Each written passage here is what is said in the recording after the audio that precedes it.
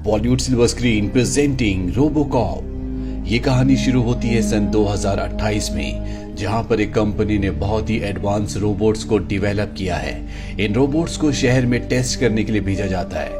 दरअसल इन रोबोट्स को बनाने का एक ही मकसद है, ताकि वो शहर में लॉ एंड ऑर्डर को पूरी तरह से मेंटेन रख सके। ये रोबोट्स किसी को भी स्कैन करके पता लगा सकते हैं कि उसके पास हथियार है कि नहीं। साथ ही इन रोबोट्स के पास भी बहुत ही खतरनाक हथियार होते हैं। अब जब भी मार्केट में लोगों को टेस्ट कर रहे होते हैं, उन्हें स्कैन कर रहे होते हैं, तभी यहाँ पर कुछ लोग जो इन रोबोट्स के खिलाफ है वो इन पर हमला कर देते हैं। अब जब रोबोट्स पर हमला होता है तो वो भी उन लोगों पर हमला करते हैं और कई लोगों को मार देते हैं। और इसी मुठभेड़ में एक आदमी मारा जाता है। तभी उसका बच्चा अपने हाथ में चाकू लेकर रोबोट के सामने आ जाता है, ताकि वो उससे अपने पिता का बदला ले सके। रोबोट उसे स्कैन करता है और देखता है कि उसके हाथ में हथियार है, इसीलिए रोबोट उस बच्चे को भी मार देता है। इस पूरे घटनाक्रम से रोबोट्स की इमेज बहुत ज्यादा गिर जाती है।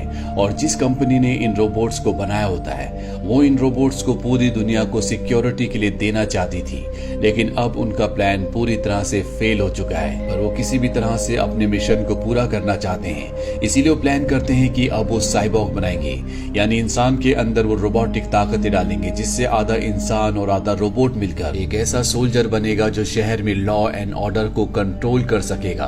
वहीं हमें शहर में एक पुलिस डिटेक्टिव को दिखाया जाता है जिसका नाम एलेक्स मर्फी है। वो शहर के क्राइम लॉर्ड के प्रति इन्वेस्टिगेशन कर रहा होता है, इसीलिए वो उसकी गाड़ी में बॉम्ब फिट करवा के ब्लास्ट कर देता है, जिससे एलेक्स मर्फी बुरी तरह से जख्मी हो जाता है। उसके बचने के अब कोई भी चांसेस नहीं होते। वो अपनी जिंदगी की आखिरी सांसें ले रहा होता है। और जब रोबोटिक कंपनी के सीईओ को ये बात पता चलती है तो वो अपनी टीम से कहता है कि मर्फी से बेहतर हमारे लिए कोई नहीं हो सकता, हमें उसे साइबॉर्ग बनाना होगा। वो मर्फी की वाइफ से बात करते हैं और वो अपने पति को बचाने के लिए मान जाती है। और अब मर्फी के ऊपर एक्सपेरिमेंट्स होना शुरू हो जाते हैं। पूरे 3 महीने की मेहनत के बाद वो उसे साइबॉर्ग बनाने में कामयाब हो जाते हैं। 3 महीने के बाद जब मर्फी को एक्टिवेट किया जाता है तो वो अपने आप को देखकर बहुत निराश हो जाता है। वो कहता है कि मेरे साथ ऐसा किसने किया।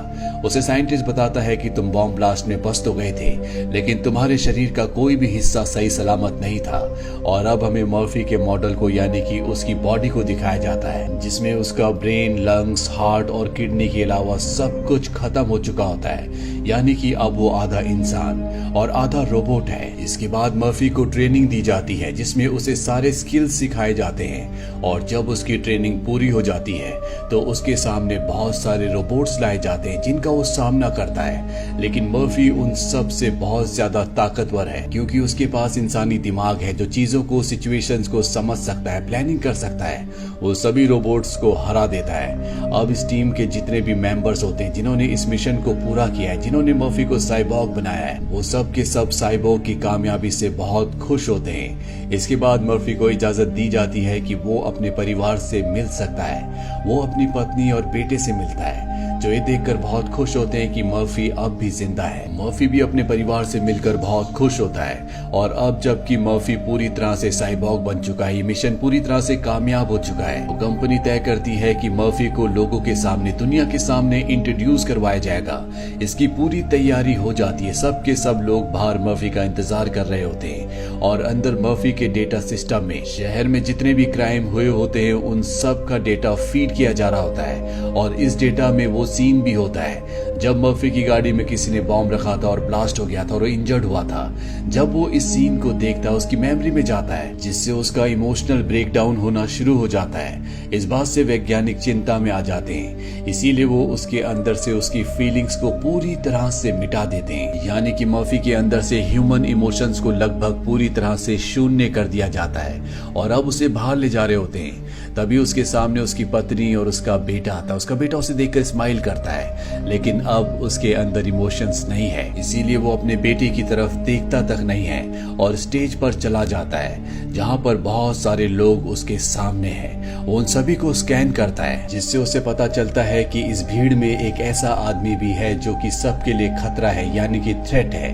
वो उस आदमी के पास जाता है और उसे गोली मार देता है। सबको पता होता है कि ये एक बहुत बड़ा क्रिमिनल है, इसीलिए सब के सब मर्फी को बहुत ज्यादा अप्रिशिएट करते हैं और अब मर्फी को नाम दिया जाता है रोबोकॉप का। मर्फी के सिस्टम से शहर के सारे कैमरास जुड़े हुए होते हैं, इसीलिए वो सबको देख सकता है। साथ ही उसके डेटा में शहर में जितने भी क्राइम हुए हैं उन सब का डेटा उसके पास पूरी डिटेल्स में है, इसीलिए वो एक एक करके सभी क्रिमिनल्स को मारना शुरू करता है और कुछ ही महीनों में वो शहर से पूरी तरह से क्राइम का नामो निशान मिटा देता है, जिस वजह से वो शहर का हीरो बन जाता है। सब मर्फी के काम को बहुत ज्यादा अप्रिशिएट करते हैं। वहीं कंपनी वाले मर्फी की वाइफ को नहीं बताते कि उसके अंदर से इमोशंस को पूरी तरह से हटा दिया गया है। और एक दिन मर्फी की बाइक के आगे उसकी पत्नी आ जाती है। वो मर्फी से कहती है कि आपका बेटा आपसे मिलना चाहता है, वो आपके लिए परेशान है।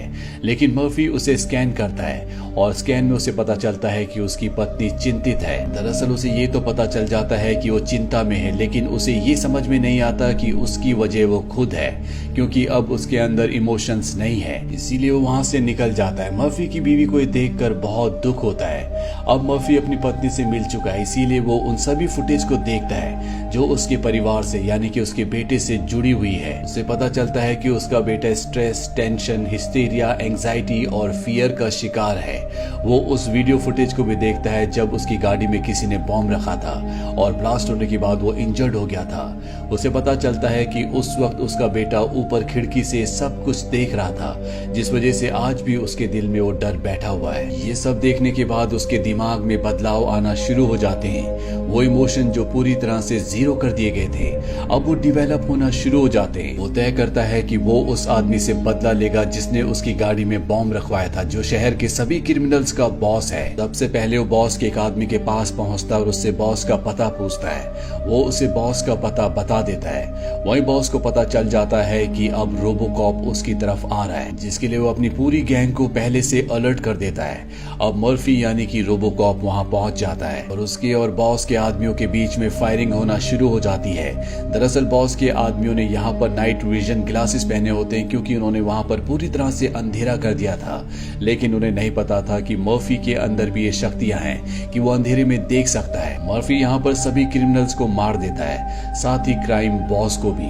लेकिन इस मुठभेड़ में वो बहुत बुरी तरह से जख्मी हो जाता है। उसके कुछ रोबोटिक पार्ट्स भी खराब हो जाते हैं। तभी वो यहाँ पर बॉस की गन उठाता है और जब वो उसमें फिंगरप्रिंट्स को चेक करता है तो उसमें उसी के डिपार्टमेंट के 2 पुलिस ऑफिसर्स के भी फिंगरप्रिंट्स होते हैं। वो समझ जाता है कि वो भी बॉस से मिला हुआ था और फिर पुलिस स्टेशन वापस आता है और उन दोनों में से एक को मार देता है। और इससे पहले कि वो दूसरे को भी मारता, वो बता देता है कि हमारी जो बॉस है यानी कि चीफ ऑफ पुलिस, उसी के ऑर्डर्स पर उन्होंने ऐसा किया था, यानी कि वो भी उन क्रिमिनल से मिली हुई थी। मर्फी अब उसे अरेस्ट करने के लिए चाहता और इससे पहले कि वो उसे अरेस्ट करता, मर्फी को स्विच ऑफ कर दिया जाता है, जिससे वो बेहोश हो जाता है। मर्फी को कई दिनों तक बेहोश यानी कि ऑफ रखा जाता है, जिससे दुनिया सवाल उठाना शुरू कर देती है कि उनका रोबोकॉप कहां पर है, क्योंकि दुनिया के लिए, उस शहर के लिए वो एक हीरो है। जिस कंपनी ने मर्फी को साइबॉर्ग बनाया है उसका सीईओ सबको बता देता है कि मर्फी की बॉडी के अंदर वीकनेस आना शुरू हो गई थी, इसीलिए हमने उसे ऑफ कर दिया है और जब तक इसका कोई हल नहीं निकलता हम उसे ऑफ ही रखेंगे।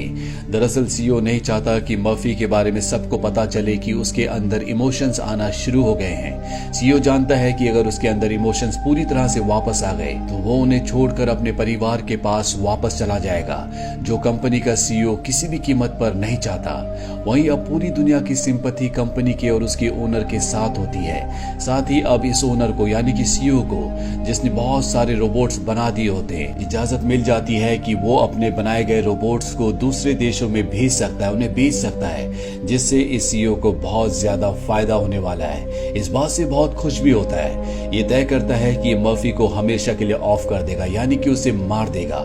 ये बात जब उस डॉक्टर को, उस वैज्ञानिक को पता चलती है जिसने मर्फी को साइबॉर्ग बनाया था, तो उसे बहुत दुख होता है, क्योंकि वो नहीं चाहता था कि मर्फी को मारा जाए। इसीलिए मर्फी के पास जाता है और उसे ऑन करके सब कुछ बता देता है कि कंपनी का सीईओ तुम्हें हमेशा के लिए मारना चाहता है। मर्फी को वो इस जगह से जाने के लिए कहता है।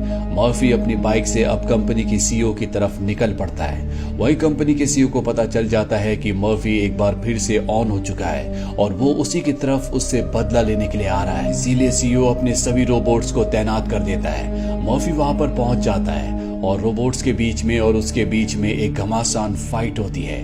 मर्फी बहुत सारे रोबोट्स को मार देता है, लेकिन इस फाइटिंग के दौरान उसका एक हाथ पूरी तरह से डैमेज हो जाता है और इससे पहले कि रोबोट्स उसे मारते, मर्फी का एक साथी यहाँ पर आ जाता है जो कि पुलिस ऑफिसर ही है। उसके पास हथियार नहीं है, इसीलिए रोबोट्स के सामने आ जाता है।